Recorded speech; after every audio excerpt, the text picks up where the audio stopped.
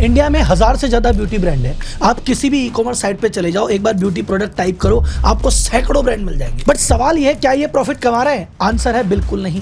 दूसरा सवाल है, क्या ये रेवेन्यू में ग्रो कर रहे हैं? आंसर है शुरुआत में तेजी से ग्रोथ होती है, बाद में रुक जाती है, उसके बाद कुछ लोग अटक जाते हैं, कुछ लोग गिरने लग जाते हैं। एग्जाम्पल से समझाता हूं। मामाअर्थ की 6 साल की ग्रोथ देखते हैं अपन। पहले साल 17 करोड़ का टर्नओवर था, अगले साल हुआ 110 करोड़, यानी 547% की ग्रोथ। वाह भाई वाह। अगले साल 110 करोड़ से गए 460 करोड़, 318% की ग्रोथ। लेकिन पहले 500 थी, अब 300 है। अगले साल 460 से गए 932 करोड़, यानी लगभग 100% की ग्रोथ। फिर 932 से गए 1395, यानी 50% की ग्रोथ। फिर 1395 से गए 1764, यानी 26% की ग्रोथ। फिर 1784 से गए 1886, यानी 7% की ग्रोथ। जो कंपनी पहले 500% से ग्रो कर रही थी, 300, 100, 50, अब 7% की रेट से ग्रोथ की। शुगर का एग्जांपल देखते हैं। 2021 में टर्नओवर था 128 करोड़, 22 में हो गया 223, 74% की ग्रोथ, ऑलमोस्ट डबल। क्या बात है। लेकिन फिर 223 से गए 428, 91% की ग्रोथ। वाह भाई वाह। लेकिन उसके बाद 428 से गए 515, यानी मात्र 20% की ग्रोथ। और उसके अगले साल तो भैया 515 से आ गए 415, यानी -20% की ग्रोथ। तुमने दो कंपनियों में देखा, इनकी झेल शुरुआत में तेज थी, बाद में 6-10% पे सिमट गई, और इधर तो माइनस में आ गई बात। और ये कहानी सिर्फ इन दो कंपनियों की नहीं है। इंडिया के लगभग जितने भी ब्यूटी ब्रांड देखोगे, सब में आपको मोटा मोटी पैटर्न देखने को मिलेगा। कुछ एक्सेप्शन को छोड़ सकते हैं, और स्पेशली वो ब्रांड जो ऑनलाइन काम कर रहे हैं, जो D2C में काम कर रहे हैं, उनके साथ तो मोटा मोटी यही हो रहा है। पर आपके मन में सवाल होगा, राहुल जी, ये ब्यूटी प्रोडक्ट तो हाई मार्जिन प्रोडक्ट है, यहाँ तो 100 की चीज 500 में बिकती है, 80-80% के मार्जिन होता है, तो वहां ऐसा क्यों हो रहा है? इतना मार्जिन होने के बाद भी लॉस क्यों? सेल गिर क्यों रही है? इंडिया से कोई बड़ा $1 बिलियन का ब्रांड क्यों नहीं निकल के आ रहा? ये सारी बातें बताएगा आपको आपका भाई राहुल। तो मैं आपको बताऊंगा टोटल 1 नहीं 2 नहीं 7 ऐसे रीजन जिसकी वजह से ये हो रहा है। और जो मैं बात करूंगा ब्यूटी प्रोडक्ट की, ये आपको पूरे इंडिया के इकोसिस्टम को समझने में मदद करेगा। तो ये मत सोचना बात ब्यूटी की है, ब्यूटी की तो है, लेकिन इससे रिलेटेड आपको बाकी प्रोडक्ट का भी आइडिया लग जाएगा कि इंडिया कैसा मार्केट है। तो अगर आपके घर में आपको ब्यूटी प्रोडक्ट का भंडार देख के, बाथरूम में फेस वॉश और इनका भंडार देख के, और इनके प्राइस देख के लगता है कंपनियां तो खूब कमा रही है, तो ये वीडियो आपके लिए। अगर आप इंडिया में बिजनेस कर रहे हो, करना चाहते हो, इंडिया के मार्केट को समझना चाहते हो, तो ये वीडियो आपके लिए। चैनल पे अगर नए हो तो भैया चैनल को सब्सक्राइब करके हमारे परिवार का हिस्सा बन जाइए, और हमारे परिवार में आप सभी का हार्दिक हार्दिक स्वागत। तो जनता जनार्दन की जय बोलते हैं, करते हैं वीडियो की शुरुआत।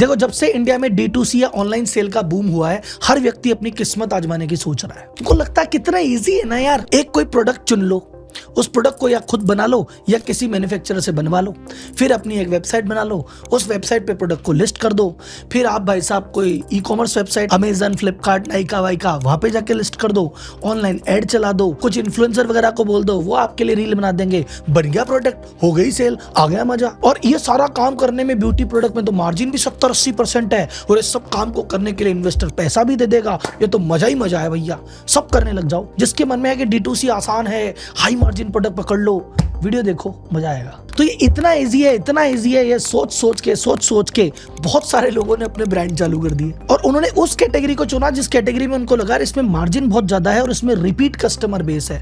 तो इस कैटेगरी में सबसे टॉप पे निकल के आती है ब्यूटी, क्योंकि यहाँ पे तो भैया कुछ भी हो जाए, आटा दाल कम पड़ जाए घर में, लेकिन ब्यूटी प्रोडक्ट कम नहीं होनी चाहिए। तो पिछले 5-10 साल में 1000 से ज्यादा beauty brand D2C online segment में लॉन्च हो गए। इन ब्रांड ने शुरुआत में सेल की, पहले साल टर्नओवर 2 करोड़, फिर 2 से 10 हो गया, 10 से 25 हो गया, 25 से 50 जा रहा है, को लग रहा क्या ग्रोथ है, क्या मजा। लेकिन अल्टीमेटली सबकी सेल अटकती है या गिरती है, और प्रॉफिट तो किसी के नसीब में नहीं है। इसके क्या 7 कारण हैं, एक एक करके डिस्कस करते हैं। वीडियो में आगे बढ़ने से पहले जितने भी एंटरप्रेन्योर है जो बिजनेस कर रहे हैं या करना चाहते हैं, उसके लिए एक जरूरी tip, advice, message. Indian economy अब तेजी से आगे बढ़ रही है, और जब इकोनॉमी तेजी से आगे बढ़ती है तो सिस्टम से काम करने वाले धीरे धीरे बढ़ते हैं और जुगाड़ करने वाले कम होने लगते हैं। अब वो पुरानी दुकानें नहीं चलेगी जो डायरी में हिसाब रखा करते थे, तुक्के में डिसीजन लेते थे, अंदाजे से स्टॉक गिन लेते थे, शक्ल देख के रेट लगा लेते थे। अब वो नहीं चलेगा। अब तो जमाना है उस मॉडर्न स्टोर का, जहाँ पे एक एक स्टॉक काउंटेड है, जहाँ स्टॉक की ट्रैकिंग हो सकती है, जहाँ कस्टमर को लॉयल्टी पॉइंट इशू हो सकते हैं, ऑफर चल सकते हैं, प्रमोशन चल सकते हैं, जहाँ स्टॉक ऑनलाइन आसानी से दिख सकता है ताकि आप ऑफलाइन के साथ साथ ऑनलाइन भी उसको बेच सको। मैं आपको इसके लिए सजेस्ट करूंगा ओडू का POS सिस्टम। अभी ये सुनो, ये करता क्या है, कैसे आपके फायदे की चीज है। ऐसा मान लीजिए आपकी एक कपड़े की दुकान है, आप गए ओडू की वेबसाइट पे, लिंक मैं आपको डिस्क्रिप्शन में दे दूंगा, आप क्लिक करके उस पे डायरेक्ट पहुंच सकते हैं। जैसे ही वहां पे पहुंचेंगे, बेसिक डिटेल आपसे पूछेगा, एक एक करके क्लिक करते जाओ, उसमें डिटेल भरते जाओ। अब कुछ ही स्टेप्स में आपका स्टोर रेडी। अब आपने स्टॉक परचेस किया, उसका बारकोड स्कैन करते जाओ, पूरा स्टॉक ऑनलाइन चढ़ जाएगा। फिर आप जैसे जैसे माल बेचोगे उसको स्कैन करते जाओ, वहां से वो डिलीट भी हो जाएगा। तो आपको एनी टाइम पता रहेगा आपके पास टोटल स्टॉक कितना है, कौन सी कैटेगरी का कितना माल है, कितने पीस पड़े हैं, किस चीज के, किस डिजाइन के, किस कलर के, सब पता है। जैसे स्टॉक कम हुआ आपको मैसेज आ जाएगा, भैया ऑर्डर कर लो, ऑर्डर कर लेना, कभी स्टॉक की शॉर्टेज नहीं रहेगी। अगर आपके डिस्ट्रीब्यूटर है तो आप उनको भी ऑनलाइन ऐड कर लो। कस्टमर को आपको लॉयल्टी पॉइंट देने, पॉइंट वाइज सिस्टम देना है, जैसे बड़े बड़े स्टोर करते हैं आपको करना है, वो भी यहाँ से हो जाएगा। वहाँ मल्टीपल पेमेंट के ऑप्शन है, कस्टमर ऑनलाइन कैश पेमेंट करना चाहता है, यूपीआई करना चाहता है, बैंक करना चाहता है, कार्ड करना चाहता है, सारे ऑप्शन अवेलेबल है। इंटरनेट नहीं है तो भी कोई दिक्कत नहीं, चल जाएगा। इसके अलावा आपको मान लो इनवॉइसिंग करनी है, इन्वेंट्री संभालनी है, ईमेल मार्केटिंग करनी है, ऑनलाइन स्टोर मेंटेन करना है, ये सारे जो ऐप है ये ओडू के सिस्टम में ऑलरेडी इंटीग्रेटेड है। तो इसके लिए आपको अलग अलग सॉफ्टवेयर लेने की जरूरत नहीं है, सब काम ओडू में ही हो जाएगा। अब मैं बताता हूँ मुझे ओडू पसंद क्यों है। ओडू पे बिजनेस से रिलेटेड बहुत सारे अलग अलग ऐप अवेलेबल है और ये सारे ऐप एक ही जगह पे मिल जाते हैं और इस पे होस्टिंग आपको अनलिमिटेड मिलती है और कोई दिक्कत होती है तो सपोर्ट भी मिलता है। अब आप चाहते हो कि मैं सारे काम एक ही जगह पे कर लूं, तो ये सारे के सारे ऐप आपको 580 रुपए महीने के सब्सक्रिप्शन पे अवेलेबल हो जाते हैं। एक तरह से हो गया बिजनेस का नेटफ्लिक्स है, एक बार महीने का पैसा दो और चाहे जितना काम में लो। तो अगर आप पीओएस के साथ ओडो के इकोसिस्टम में एंटर करते हैं तो आपका काम आसान हो जाएगा, क्विक हो जाएगा, स्मूथ हो जाएगा और धीरे धीरे अगर आपको लगता है कि एक नहीं मुझे बाकी सब भी ऐप लेने हैं तो सब्सक्रिप्शन करके आप शुरुआत कर सकते हैं। डिस्क्रिप्शन में ओडो पीओएस का लिंक मैंने दिया हुआ है, उस पर क्लिक करके अपने अकाउंट की शुरुआत कर सकते हैं। अब चलते हैं अपनी मेन वीडियो पे। पहला कारण मी टू प्रोडक्ट। ये क्या होता है साहब? मैंने आपको शुरुआत में बताया कि ये जितने भी ब्यूटी प्रोडक्ट इंडिया में लॉन्च हो रहे हैं 80 से 90% लोग जो हैं वो खुद प्रोडक्ट नहीं बना रहे, वो किसी मैन्युफैक्चरर से बनवा रहे हैं। ले दे के इंडिया में 8-10 मैन्युफैक्चरर हैं जो ही इन सभी हजारों ब्रांडों का प्रोडक्ट बना रहे हैं। तो कुल मिला के अगर देखो तो किसी भी प्रोडक्ट में कोई डिफरेंशिएशन नहीं है, कोई यूएसपी नहीं है। वो प्रोडक्ट बनाते हैं, उस प्रोडक्ट पे खुद का लेबल लगाया, खुद की पैकिंग लगाई और मार्केटिंग चालू, कुछ नयापन नहीं है। तो आप चाहे एक्स प्रोडक्ट खरीदो, चाहे वाई खरीदो, चाहे जेड खरीदो, सबका रिजल्ट और लुक एंड फील एक जैसा, सबकी पैकिंग एक जैसी लगती है, सबका यूज एक जैसा लगता है, सबका रिजल्ट एक जैसा रहता है। इन लोगों का डिफरेंस होता है सिर्फ एक कि हम मार्केटिंग अलग कर देंगे। जैसे मान लो कोई एक कंपनी कहती है कि अच्छा सब जने तो है ना नीम वाला बना रहे हैं, हल्दी वाला फेस वॉश बना रहे हैं, हम एकदम अलग बनाते हैं अनियन वाला। सो दुनिया बना रही है नीम हल्दी, हम बनाएंगे अनियन, सबसे अलग हो गए। लेकिन भाई साहब उस एक बंदे ने अलग करके अनियन प्रोडक्ट किया और अगर उसका चल गया कि यार अनियन वाला तो खूब बिक गया भाई, तो 3 महीने 6 महीने 8वें 9वें महीने के अंदर तो भाई साहब 10 अनियन वाले, साल भर के अंदर 50 अनियन वाले, और फिर पता चला 2 साल के अंदर सब अनियन बेच रहे हैं। फिर कोई आदमी नई चीज लेके आ जाएगा विटामिन सी, सब विटामिन सी पे कूद जाएंगे। तो डिफरेंशिएशन पहली बात तो होता ही नहीं है, और होता भी है तो 3-6 महीने का मेहमान है सब कॉपी मार देते हैं और जाके उसी मैन्युफैक्चरर को बोलते हैं कि अरे इनका ओनियन वाला कौन बना रहा है, आप बना रहे हो क्या, ले हमारा बना दो। तो वही मैनेजर वही चीज उनकी बना रहा है, तो वही सब कुछ सेम आ गया। तो फॉर्मूला सेम है, प्रोडक्ट की कॉपी हो गई, मार्केटिंग की कॉपी हो गई, पैकिंग की भी कॉपी हो गई। तो यूजर क्या बोलता है, यार सब एक जैसे लग रहे हैं, तो एक काम करते हैं जनवरी में एक्स ट्राई कर लेते हैं, फरवरी में वाई देख लेंगे, इसमें जेड देख लेंगे, अच्छा अप्रैल में स्केड आ रहे हैं, चलो इसको भी ट्राई कर लो। तो एक ब्रांड पे टिकता ही नहीं है, सब ट्राई करता है और सब ट्राई करने के चक्कर में किसी की सेल ऊपर नहीं जा रही। सेकंड रीजन जो है सेल टूट जाती है उसका कारण है ऑफलाइन सेल्स का किसी को एक्सपीरियंस नहीं। मैंने कहा ना मेजॉरिटी ब्रांड कैसे चालू हुए, ऑनलाइन कितना आसान था, वेबसाइट बनानी थी, ई कॉमर्स 2-4 प्लेटफॉर्म बनने थे, वहां लिस्ट करना था, मार्केटिंग करनी थी, हो गया काम। यानी ले दे के आपको 3 चीज संभालनी है, खुद की वेबसाइट संभालनी है, आपको दूसरी जगह लिस्ट कर रखा है उसको संभालना है, तीसरा आपको अपनी मार्केटिंग देखनी है, एड और इन्फ्लुएंसर, बस आपका काम हो गया। इसके अलावा आपको कुछ नहीं करना, अपने घर बैठे काम कर लो। और ऐसे करके अगर आपका प्रोडक्ट अच्छा है तो शायद 50, 100, 200, 300 करोड़ की सेल आ भी जाएगी। लेकिन भाई साहब आप सोचो कि मैं तो 1000 करोड़ की सेल करना चाहता हूँ, मैं तो बहुत बड़ा बनना चाहता हूँ, तो भैया बहुत बड़ा ऑनलाइन में नहीं बन सकते, क्योंकि इंडिया में ऑनलाइन में पेनिट्रेशन ही 15% है। 85% जो सेल है वो दुकान में होगी, बाजार में होगी। और वहां के लिए आपको क्या क्या करना पड़ेगा आप सोचो। ऑनलाइन ब्रांड है, मैंने कहा ना एक टेबल पे बैठ के लैपटॉप खोल के आपने अपना ब्रांड चला लिया, 50, 200 करोड़ पहुंच गए।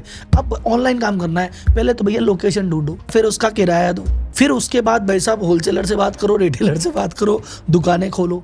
फिर अगर आपको किसी दुकान से 1 लाख का माल बेचना है तो उसके यहाँ 2 लाख का माल रखना पड़ता है, तब वो 1 लाख का माल बेचता है। और 2-3 महीने में माल नहीं बिका वो वापस और दे देता है, और प्लस वो 3 महीने की उधारी और मांगता है। तो इन्होंने तो कभी उधारी पे माल नहीं बेचा, इन्होंने कभी रिटेलर नहीं संभाले, इन्होंने इतना सारा माल बना के एक साथ कभी इकट्ठा रखा ही नहीं।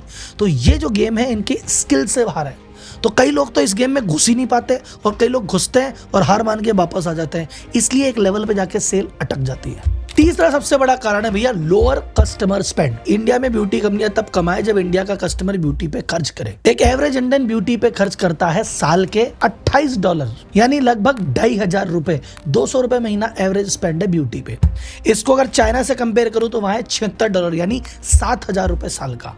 और अगर यूएस की बात करूं तो वहां हो जाता है साल का $313, यानी 28,000 रुपए। तो भाई साहब मुझे बताओ, अगर एक यूजर साल में 2500 रुपए ही खर्च कर रहा है ब्यूटी प्रोडक्ट पे, तो भाई साहब कंपनियां कमाएगी क्या और बेचेगी क्या? आप यूएस की बात करो, यूएस में अपनी प्रियंका चोपड़ा ने अपना एक ब्रांड लॉन्च किया ब्यूटी प्रोडक्ट एनामोली। वो करता है भाई साहब 2023 में उसने करी 4700 करोड़ की सेल। यूएस में एक और सेलिब्रिटी है फेंटी ब्यूटी, जो रेहाना आपके महिला संगीत में आई थी अंबानी जी के, उसका ब्रांड करता है 5,500 करोड़ की सेल। उतनी अपनी टॉप 10 ब्यूटी कंपनियां मिला के नहीं करती होगी। इसके अलावा काइली जेनर, सेलेना जोमेज, मतलब जो उनकी सेलिब्रिटी है, कोई बड़ी ब्यूटी प्रोडक्ट कंपनियां नहीं है, सेलिब्रिटी है जिन्होंने ब्रांड लॉन्च किया, ये 3-3 हजार करोड़ की सेल सब करके बैठे हैं एक एक आदमी। इंडिया में सबसे बड़ा ब्यूटी ब्रांड कौन सा पता है? मामाअर्थ, और उसकी टॉप सेल क्या है? 2000 करोड़, लेकिन सेल्स की ग्रोथ क्या है? 7 से 10%। तो कुल मिला के भैया इंडिया में क्या है, मार्केट साइज है छोटा, कंपनियां घुस गई बहुत सारी, तो ना कोई ढंग से सेल कर पा रहा है ना कोई कमा पा रहा है। तो ये 3 कारण थे कि कंपनियों की सेल क्यों नहीं बढ़ रही। अब आते हैं कंपनियां प्रॉफिट क्यों नहीं कमा रही। 80% मार्जिन है राहुल जी, कमाए तो सही, लेकिन भैया 80% मार्जिन घुस जाता है कहाँ, ये तो देख लो। इंडिया में सबसे ज्यादा जो D2C ब्रांड का खर्चा है वो है मार्केटिंग, और मार्केटिंग का सिंपल सा बेसिक फंडा है, मैं मार्केटिंग पे पैसा खर्च करूंगा, कस्टमर मेरे पास आएगा।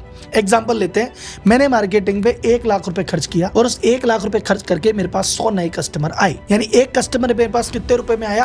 1000 रुपए खर्च करके एक कस्टमर मेरे पास आया। ठीक, इसको कहते हैं कैक, कस्टमर एक्विजिशन कॉस्ट, कि 1000 रुपए खर्च करके एक कस्टमर आता है। डन। वो 1000 रुपए का जो कस्टमर आया, उसने आपके पास आके 1000 रुपए का ही सामान लिया। अब 1000 रुपए के सामान में आपने क्या कमाया होगा? 500-600 रुपए। अब आपके लगे 1000 रुपए और कमाया आपने 600 रुपए। तो आप बोले राहुल जी कोई बात नहीं, हो तो एक बार आया ना, अबे दोबारा आएगा, तिबारा आएगा, 4 बार आएगा, जैसे रिपीट करता जाएगा मेरा रेगुलर हो जाएगा, मैं कमा लूंगा। सही बात है ना? हाँ सही बात है, अगर वो रिपीट करे तो आप कमा लो।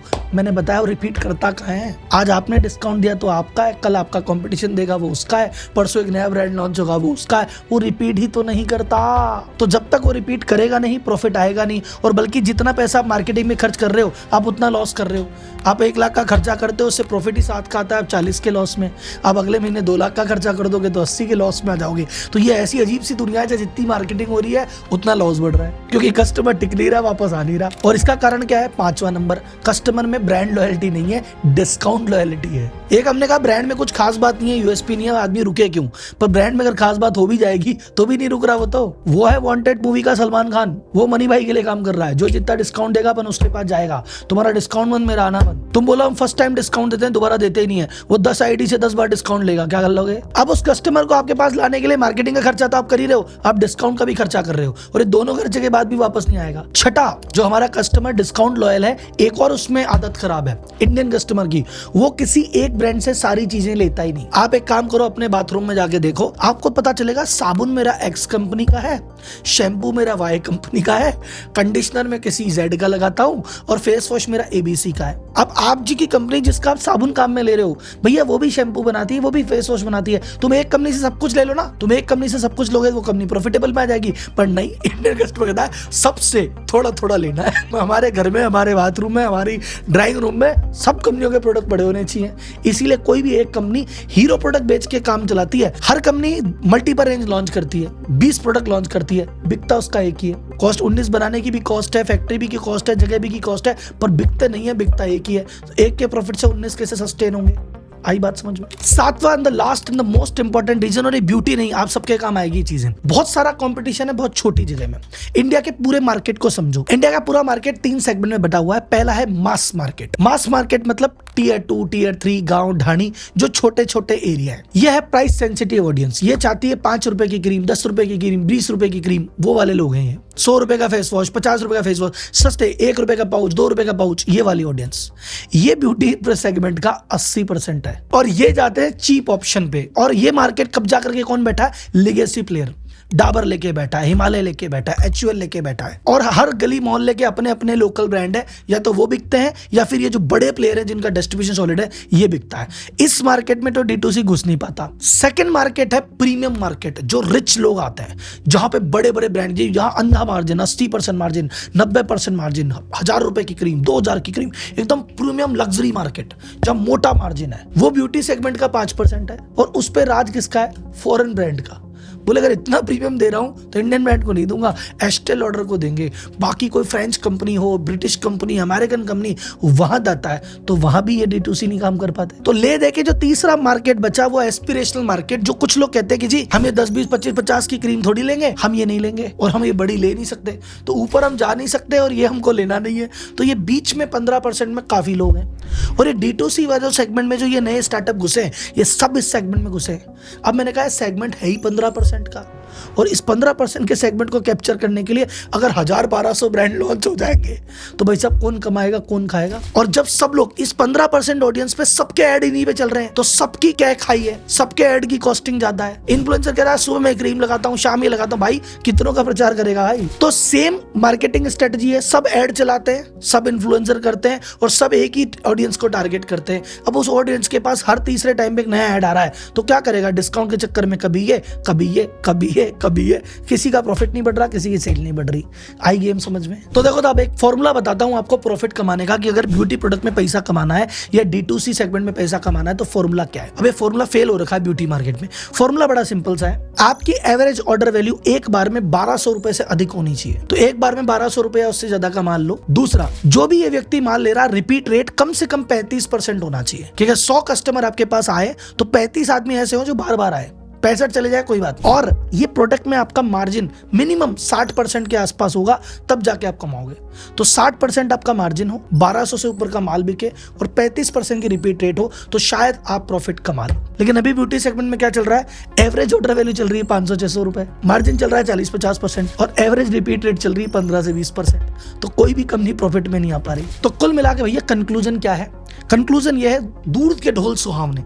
हमको लगता है ब्यूटी प्रोडक्ट में मार्जिन बहुत अच्छा है, D2C में काम बहुत अच्छा है, कुछ हींग लगे ना फिटकरी, वेबसाइट बनाई, प्रोडक्ट बनवा लिया मैन्युफैक्चरर से, वेबसाइट बना के चिपका दिया, इन्फ्लुएंसर से मार्केटिंग करा ली, एड बेच के कमा लिया। सिंपल दिखता है, सिंपल है नहीं। बहुत चैलेंज है इस राह में, बहुत कठिन है डगरपन गट की। और अगर आप चाहते हो कि भाई साहब मुझे तो स्केल भी करना है, सेल भी चाहिए, प्रॉफिट भी चाहिए, तो आपको ये सारे मिथक तोड़ने पड़ेंगे। यानी आपको एक यूनिक प्रोडक्ट बनाना पड़ेगा। आप ये मैन्युफैक्चर के भरोसे नहीं रह सकते कि तू बना के दे दे भैया, क्योंकि जो तुमको बना के देगा वो तुम्हारे कंपटीशन को भी बना के देगा। तो तुमको चाहिए खुद का यूनिक प्रोडक्ट, खुद की ओन मैन्युफैक्चरिंग, जैसा मिनिमलिस्ट ने करके दिखाया। तुमको चाहिए खुद का ऑडियंस बेस स्ट्रॉन्ग, जो तुमको पे भरोसा करे और बार बार रिपीट तुम्हारे पास ही आए, तब जाके काम होगा। जैसा मिनिमलिस्ट ने अपनी ऑडियंस बिल्ड करके, कम्युनिटी बिल्ड करके काम किया। आपको प्रोडक्ट एक्चुअल में इनोवेट करना पड़ेगा, एक्चुअल में यूएसपी लानी पड़ेगी, एक्चुअल में रिजल्ट देना पड़ेगा। जैसे मैंने आपको बताया कि पिछले 5-6 साल के अंदर मिनिमलिस्ट ने 0 से बिजनेस चालू किया, अपनी सेल भी बढ़ाता गया, अपना प्रॉफिट भी बढ़ाता गया